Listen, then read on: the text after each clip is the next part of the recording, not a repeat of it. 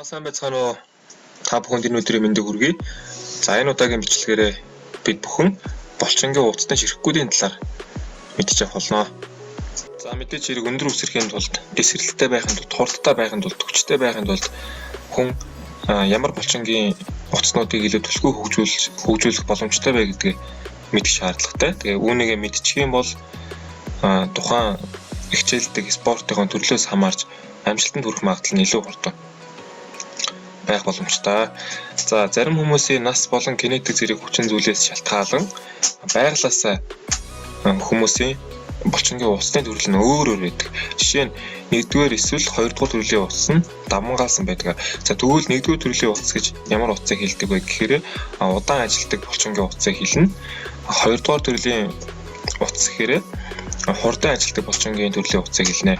За энэ хоёрыг нийлмэл ууцыг завсрын булчингийн ууц гэж ангилдаг. Ингээд нийтдээ 3 төрлийн булчингийн ууцыг түлхүү хөгжүүлж чадах юм бол үсрэлт, дэсрэлт, хурд хүч, дэсвэр дэвчээртэй болж чадах нэ. За тэгэхээр нэг өсөндөө булчингийн үзүүлэх хариу үйлдэлийг удаан болон хурдан ажиллах булчин гэж ангилж болох нэ. Одоо тэгвэл бүгдээрээ удаан ажилтдаг булчингийн ууцыг хэрхэн сайжруулж хөгжүүлэх талаар авч үзье. За энэхүү ууцыг сайжруулах гол арга бол үргэлжлсэн холын зай, кросс гүйцэтгэх юм. Урт хугацааны туршид гүйснээр булчингийн удаан ажиллах ууцнуудыг хөгжүүлж илүү үр дүнтэй болгодог. Ачаалал даах чадварыг дээшлүүлж ядралтанд дэсвэртэй болгодог байна. Үргэлжлсэн урт гүйцэд нь ихэнх булчингийн ууцнуудыг удаан ажиллах утас болгон хөгжүүлэхэд тусалдаг бөгөөд энэ нь олон жилийн турш үргэлжлсэн гүйцэд хийсэн ч булчингийн удаан ажиллах ширхэг нь сайжирсаар байдаг байна. За тэгээд дэсвэр дэвчээрийн тамирчдын булчингийн ууц нь 1-р төрлийн энэхүү удаан ажиллах булчин илүү хөгжсөн байдаг гэж бол үзэж болно. Одоо жишээ нь хоол зайд гүйдэг хүмүүс тийм ээ.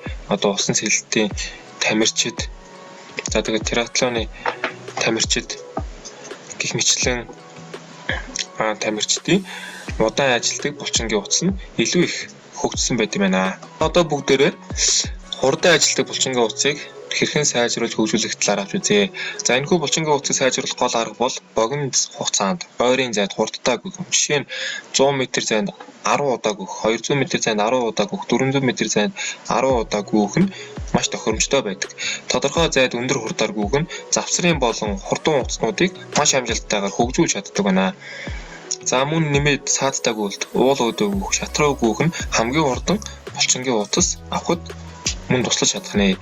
За дээрэс нь плеометрик олон янзын төрлийн дасгалууд, дээстэй үсрэлт зэрэг нь маш үр дүнтэй байдаг.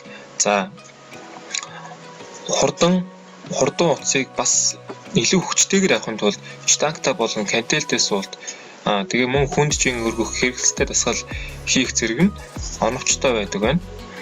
За мэдээч хэрэг эдгээр нь марафон гүйлтийн тамирчинд хэрэггүй мэт санагдавч ийм төрлийн дасгалуудыг хийснээр марафон гүйлтийн тамирчны алхам бүрийг илүү тесрэлттэй болгодог, хүчин чармаалтаа нэмэгдүүлэхгүйгээр илүү их хүч гаргах боломжийг нь олгодог.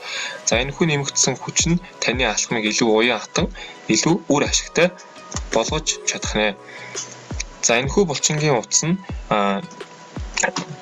удаан булчингийн ууц буюу 1-р ууцаа бодоход хүч чадал маш их боловч амархан ядардаг.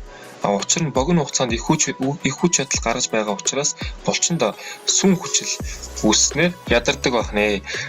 За өөрөөр хэлэх юм бол ямар нэгэн биеийн хүчний ажил хийх үед хүний биед одоо тийм ээ булчинд ATP буюу энерги бий болж идэг. За тэгээ мэдээж хэрэг хүн бол ядрах процесстэй учраас олон татамжтай эсвэл хурдан хугацаанд богино хугацаанд эрчим хүчээр ажиллах юм бол хүн амархан ядарч сүлддэг байх нэ. Тийм учраас бас амралтаа зөв зохицуулж чадах юм бол 2-р төрлийн хурдан татах булчингийн ууц маань сайжрах боломжтой.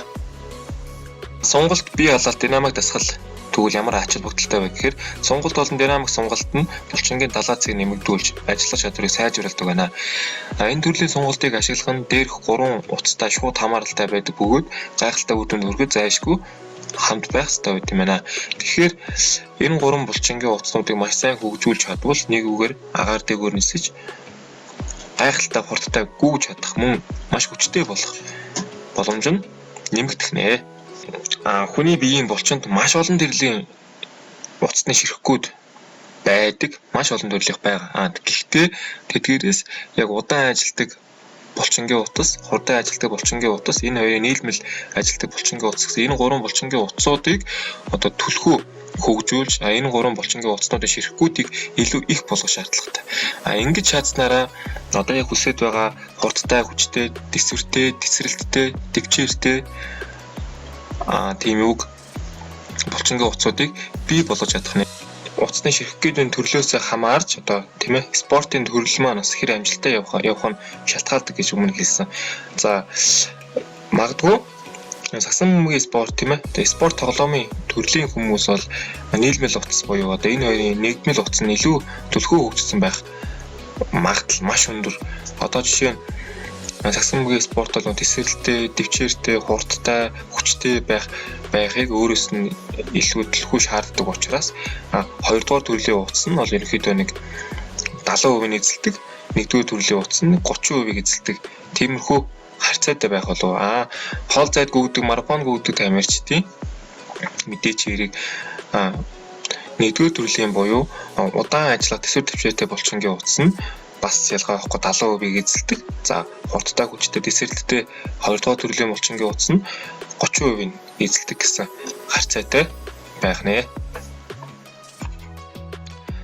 За хүүхэд залуучуудаа бүхэндээ хандаж хэлэхэд миний энд хэлсэн энэ хөө 3 утсыг маш сайн ойлгож авсан бол яг өөрийнхөө сонирхдаг спортын чиглэл за яг энэ төрлийн утсаа би илүү хөгжүүлэх шаардлагатай байна гэж тийм ойлголттой болж авсан бол одоо дасгал сургалтанда идэвхжүүлэн ороорой.